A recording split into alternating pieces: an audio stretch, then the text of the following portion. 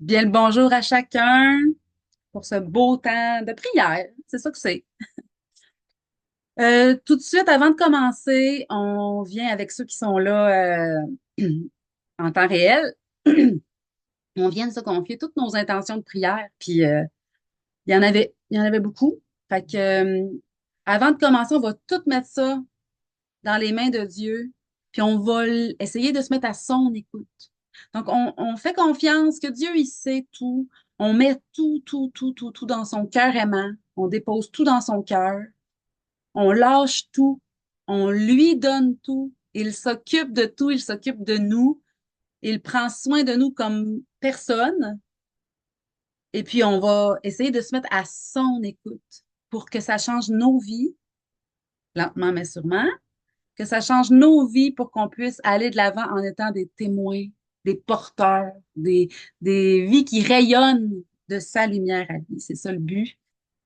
Donc, je rappelle la démarche. On va prendre le temps de s'intérioriser, aller au niveau du cœur, là où la grâce est, là où Dieu habite, là où toute l'action dans l'invisible se passe. Donc, on va aller là, à l'intérieur. Ça prend un peu de silence, ça prend un peu de volonté, ça prend un oui, une porte ouverte. Donc, on va aller là quelques instants. Ensuite, je vais lire l'Évangile qui est dans l'Évangile de Marc au chapitre 9, les versets 38 à 43, 45 et 47-48. C'est plein de petits bouts. Ils nous ont fait un bel évangile avec ça. Donc, l'évangile de dimanche qui vient, dimanche 20, 20, dimanche 31, je ne sais plus. Donc, septembre 2024. Suite à la lecture de l'Évangile, on va prendre une petite minute de silence. Hein, c'est pas trop se demander dans notre semaine, une minute de silence. On est capable. Et ensuite, je vais vous faire ma petite homélie. Ensuite, on va arrêter l'enregistrement pour avoir un temps de partage, pour laisser les échos de l'Évangile résonner entre nous. Ensuite, avoir un partage pour s'édifier les uns les autres. Ceux qui écoutent cette vidéo après coup, donc ils l'écoutent en différé, vous êtes les bienvenus les vendredis matins, 10h30 à venir en temps réel. Écrivez-moi en privé si vous êtes intéressé, si vous manquez de moyens pour y arriver, je vais vous aider avec plaisir. Au nom du Père, du Fils et du Saint-Esprit. Amen. Oui, Seigneur, nous voulons nous installer confortablement pour faire participer notre corps à cette démarche. Nous appuyer le dos, détendre nos épaules, comme on s'appuie en toi, comme on lâche notre fardeau. Tu as dit, venez à moi, vous qui ployez sous le poids du fardeau, et moi je vous soulagerai. Nous voulons ouvrir les mains, tout te remettre. Le seul fardeau, Seigneur, que tu nous demandes de porter, c'est celui de te faire confiance. Et nous te disons oui, nous voulons entrer dans la confiance en toi. Tout te remettre, tout te donner.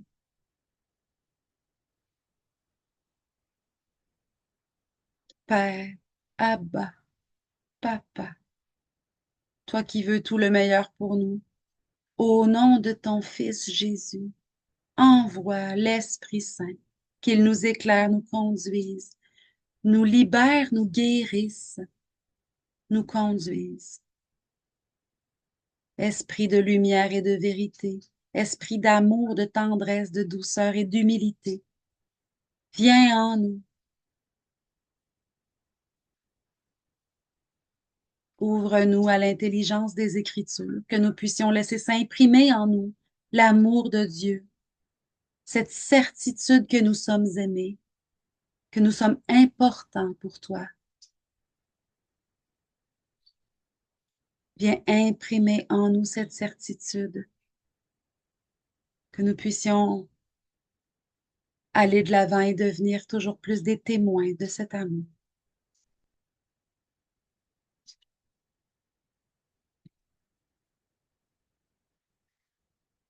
En ce temps-là, Jean, l'un des 12, disait à Jésus, Maître, nous avons vu quelqu'un expulser les démons en ton nom. Nous l'en avons empêché car il n'est pas de ceux qui nous suivent. Jésus répondit, Ne l'en empêchez pas, car celui qui fait un miracle en mon nom ne peut pas aussitôt après mal parler de moi. Celui qui n'est pas contre nous est pour nous. Et celui qui vous donnera un verre d'eau au nom de votre appartenance au Christ, Amen, je vous le dis, il ne restera pas sans récompense. Celui qui est un scandale, une occasion de chute pour un seul de ces petits qui croient en moi, mieux vaudrait pour lui qu'on lui attache au cou une de ces meules que tournent les ânes et qu'on le jette à la mer. Et si ta main est pour toi une occasion de chute, coupe-la. Mieux vaut pour toi entrer manchot dans la vie éternelle que de t'en aller dans la géhenne avec tes deux mains, là où le feu ne s'éteint pas. Si ton pied est pour toi une occasion de chute, coupe-le. Mieux vaut pour toi entrer estropié dans la vie éternelle que de t'en aller dans la géhenne avec tes deux pieds. Si ton œil est pour toi une occasion de chute, arrache-le. Mieux vaut pour toi entrer borgne dans le royaume de Dieu que de t'en aller dans la géhenne avec tes deux yeux, là où le ver ne meurt pas et où le feu ne s'éteint pas.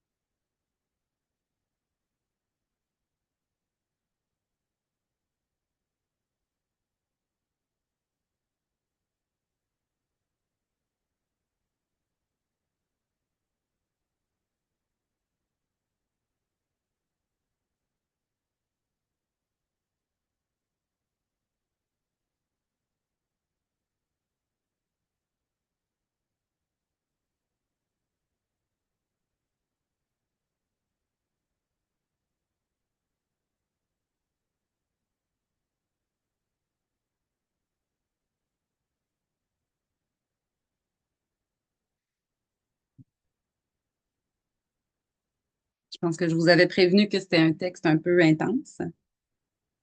Puis la grande, grande, grande consolation, ça commence en disant que c'est Jean qui pose la question. Et Jean, c'est l'intime de Jésus. Ah, ça vaut la peine. Je vais aller vous chercher un petit quelque chose.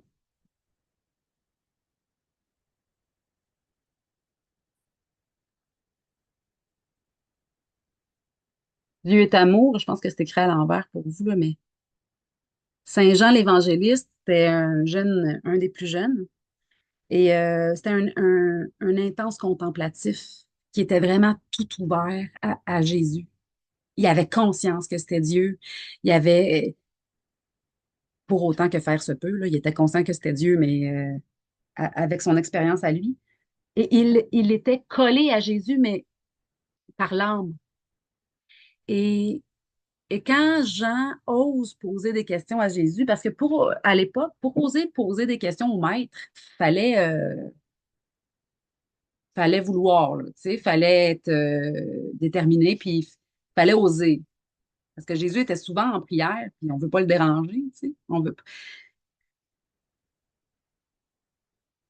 On a vu quelqu'un, maître, qui expulsait un esprit mauvais. Il y a rien de plus difficile. C'est ça le grand défi, chasser le mal. C'est ça l'extrême objectif des prophètes, des missionnaires, des gens qui sont dévoués à Jésus. Encore aujourd'hui, chasser le mal, construire le bien, c'est important. Mais quand le mal, quand la gangrène est pognée quelque part, là, puis quand il y a un abcès, ben, aller le vider, c'est important. Ben, c'est ça. C'est le rôle de ceux qui connaissent la puissance de la croix du Christ, qui connaissent la puissance de Dieu. Mais là, il dit, quelqu'un expulse les démons en ton nom. Puis il n'est même pas avec nous autres. Est-ce qu'ils disent en ton nom? Oui, en ton nom. Jésus, il dit, laissez-la aller. Il fait le bien. Il fait le bien. Et, et, et le fait que ce soit Jean qui pose la question avec tout ce qui s'en vient là, dans la suite, moi, ça me console beaucoup parce que euh, je l'ai souvent dit, puis je le répète, on a tout en nous pour être la meilleure personne et la pire personne, hein. On a tout en nous. Puis ça, c'est la nature humaine. C'est normal. Faut arrêter de se scandaliser d'être imparfait. Puis faut arrêter de se glorifier de nos bons coups. Euh, tout est à Dieu. Tout est à Dieu. Tout est à Dieu. Tout, tout est à lui.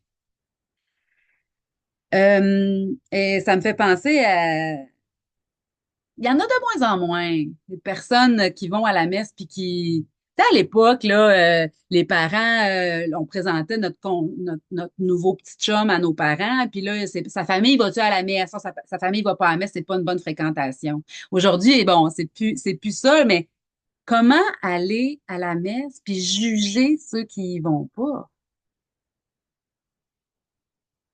Pas fort, pas chrétien. Donc, mieux vaut attention, là, faut relativiser, là. Mais mieux vaut pas aller à la messe puis pas juger que d'aller à la messe puis juger, on est d'accord. C'est tout ce que Jésus reproche aux pharisiens de son époque. Vous faites des rites, là, puis insistez pour que les autres respectent la loi, là, puis vous autres, vous soulevez même pas du petit doigt le gros fardeau que vous mettez sur les épaules des autres.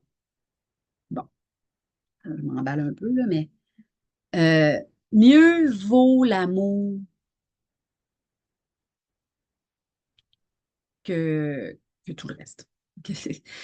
C'est la seule chose qui compte, finalement. L'essentiel, là, si on avait une affaire à choisir, là, c'est l'amour. Le reste, euh,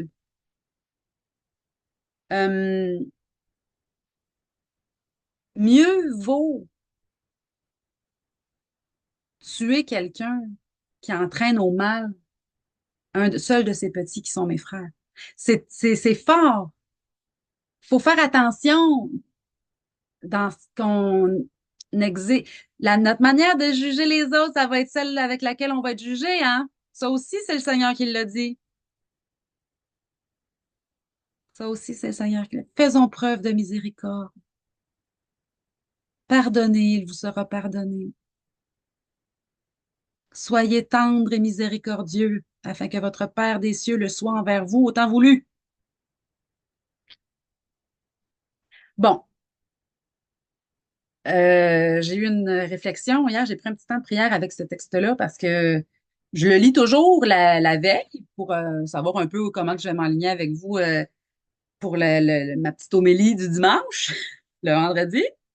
Mais il a fallu hier que je m'arrête plus, puis que j'avais des choses qui montaient dans mon cœur spontanément, puis il y en a toujours. Puis je suis toujours confiante en l'Esprit Saint. Seigneur, c'est toi qui vas parler, fait que c'est correct. J'ai confiance. Mais là, je sentais qu'il fallait que je creuse un petit peu. Et ce qui m'est venu pour ce qui suit, euh, avant d'aller là, euh, laissez-le aller, laissez-le chasser les esprits mauvais en mon nom, même si on ne le connaît pas, il est du bon bord. Et ça s'appelle des semences du verbe. Les docteurs de l'Église, les théologiens qui ont réfléchi sur Dieu, ils ont dit ça se peut pas que ce soit juste les catholiques qui aient la vérité. Puis ça se peut pas que ce soit juste les chrétiens qui aient la vérité. Puis ça se peut pas que ce soit exclusif à ceux qui croient au Christ. Le Verbe, c'est la parole du Père incarné. Jésus est le Verbe, la- l'expression de l'amour du Père. Et donc, les semences du Verbe sont dans le cœur de tous les êtres humains. Je m'approche pour vous convaincre de ça. Puis ça s'appelle les semences du Verbe. Et faisons attention parce que pour pas écraser les semences du Verbe chez l'autre sous prétexte qu'il va pas à la messe ou qu'il est pas catholique, qu'il est pas pratiquants ou qui prient pas. C'est ça, faut faire attention, les gens qui prient, je m'inclus, parce que quand on prie, on goûte à des choses qu'on sait que c'est que par la prière qu'on y goûte. Mais les personnes qui ont mis la charité à la première place dans leur vie ont des skills, ont des outils, ont des trucs, des moyens que peut-être que nous, on n'a pas. Des, euh, des habitudes de vie, des réflexes spontanés que nous, on n'a pas. Fait on peut pas juger de la qualité de quelqu'un par s'il prie ou s'il prie pas. C'est par la qualité de son amour. Jean-Paul II a dit, dis-moi quel est ton amour, je te dirai qui tu es. C'est la qualité de notre amour qui fait une différence. C'est pas la qualité de notre prière. Mais bien sûr, quand on prie, on le sait que ça nous remplit, ça nous donne des forces, ça remplit notre batterie. La prière est un outil incroyable. On n'a pas le droit de piétiner la semence du Verbe qui habite dans l'autre. L'autre est le Christ pour moi. Point. L'autre sera toujours, aime ton prochain. L'autre sera toujours le Christ pour moi. En lui, il y a semence du Verbe. Germer ou pas germer, qui porte des fruits ou qui porte pas de fruits, la semence est là. Ne la piétinons pas, c'est important. Donc, celui qui est un scandale, une occasion de chute pour un seul de ces petits qui croient en moi, mieux vaudrait pour lui qu'on lui attache une meule, là, les grosses meules de pierre qui sont pas soulevables, là, puis tout ça, qu'on lui attache ça autour du cou puis qu'on le jette dans l'eau. On ne survit pas longtemps à ça. C'est triste que Jésus ait dit ça, mais il faut savoir qu'il s'adresse à Jean. Il s'adresse à celui qui comprend son cœur. Jésus nous aime tellement qu'il veut pas que quelqu'un qui est dans le mal influence.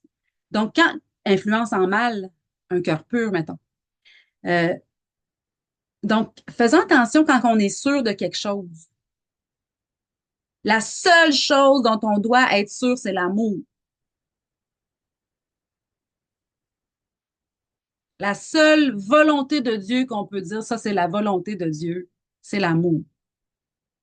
C'est ce que ça va créer d'amour dans mon cœur ou dans le cœur de l'autre. C'est pas envoyer être une occasion. Ne soyons pas une occasion de chute. Mieux vaut. Et si ta main est pour toi une occasion de chute, coupe-la. Là, je vous en supplie, là, les extrémistes, ça va faire. Euh, j'a- J'avais une discussion avec mon amoureux au sujet des guerres, puis de ce qui est la source de la guerre.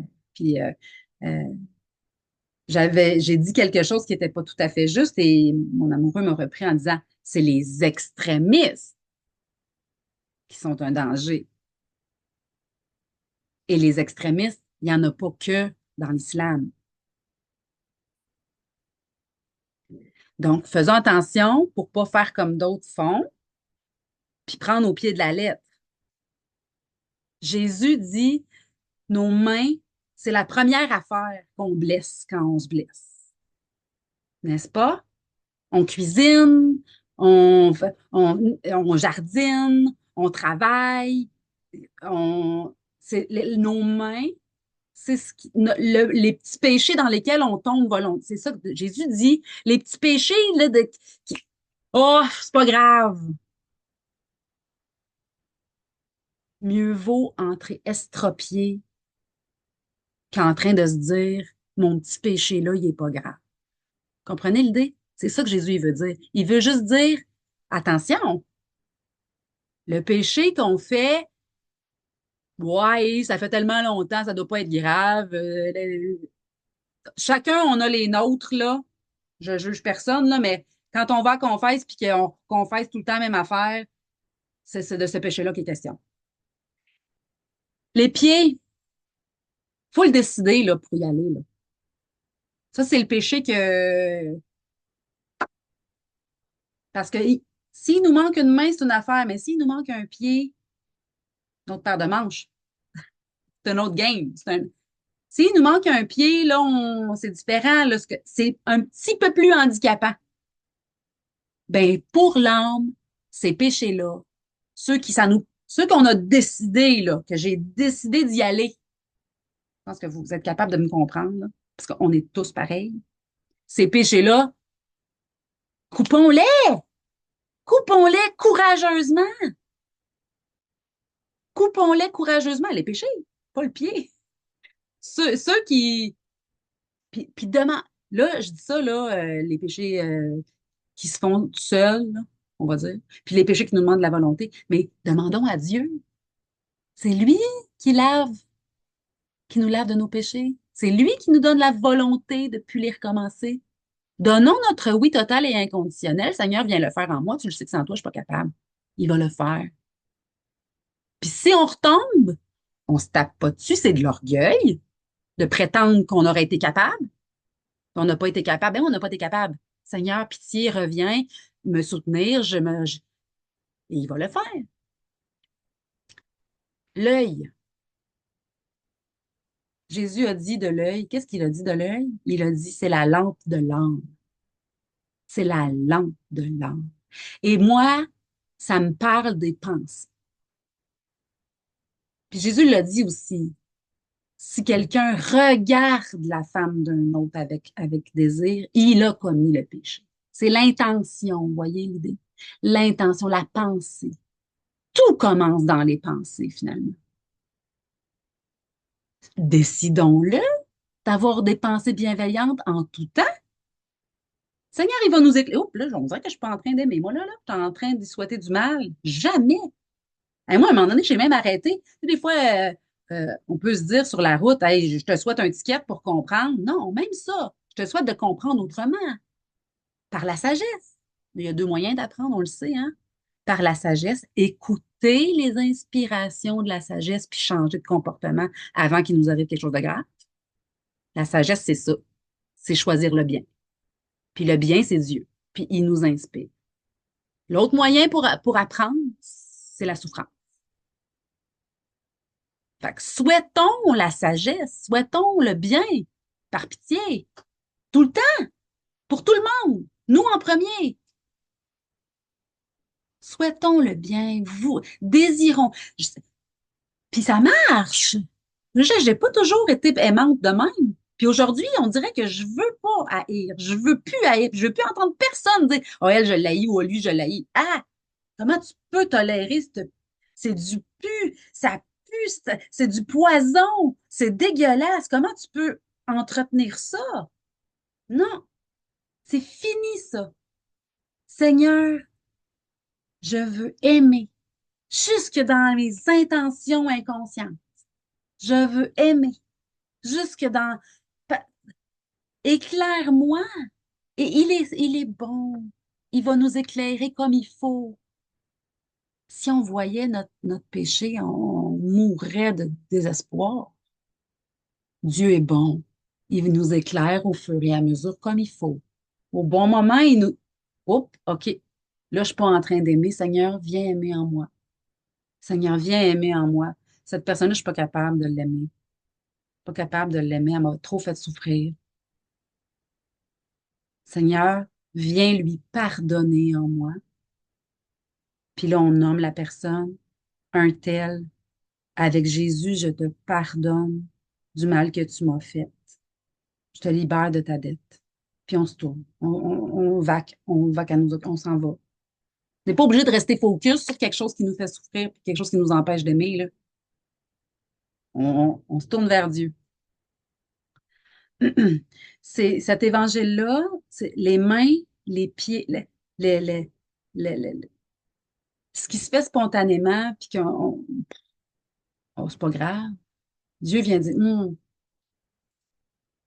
c'est ça, c'est un peu plus grave que tu le dis puis que tu le penses. Les pieds, nos péchés qui nous demandent de la volonté, puis les yeux, les péchés qui sont dans notre intention, dans notre volonté, dans notre désir. Les désirs de convoitise, les désirs de tout désir. C'est pas beau. On pense, ah. Puis je termine avec ça. J'ai une amie avec qui on discutait cette semaine, puis j'en reviens pas de toutes les belles conversations qu'on a, alors que c'est pas tant une femme pratiquante. Pas du tout, en fait. Mais elle aime la vérité, elle aime Dieu, elle aime l'amour, elle aime la charité, elle aime aider, elle aime Dieu. Et puis, elle disait l'orgueil. Ah oui, c'est toujours négatif, l'orgueil. Je dis oui. Dans notre monde, aujourd'hui, on est rendu que ça arrive qu'on utilise le mot orgueil pour quelque chose de positif.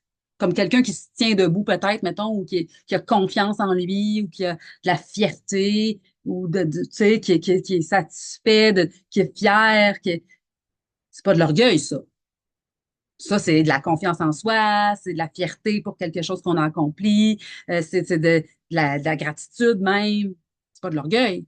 De l'orgueil, c'est vouloir que faire tout seul, que ça vienne de nous, que Dieu soit pas impliqué. Moi, je suis super fière de rayonner dans les médias. Mais c'est l'œuvre de Dieu. C'est sa lumière dont je rayonne. Bon, l'orgueil, c'est jamais positif. Et ça, l'orgueil, s'il y a bien un péché qu'on peut se confesser tous les jours, c'est celui-là, c'est la tâche originelle. C'est vouloir être un humain indépendant et autonome, un grand garçon, une grande fille. Vouloir être capable tout seul, c'est non. Mais tous les jours, tous les jours, et c'est naturel. Mais nous, on cherche ce qui est surnaturel. On cherche Dieu.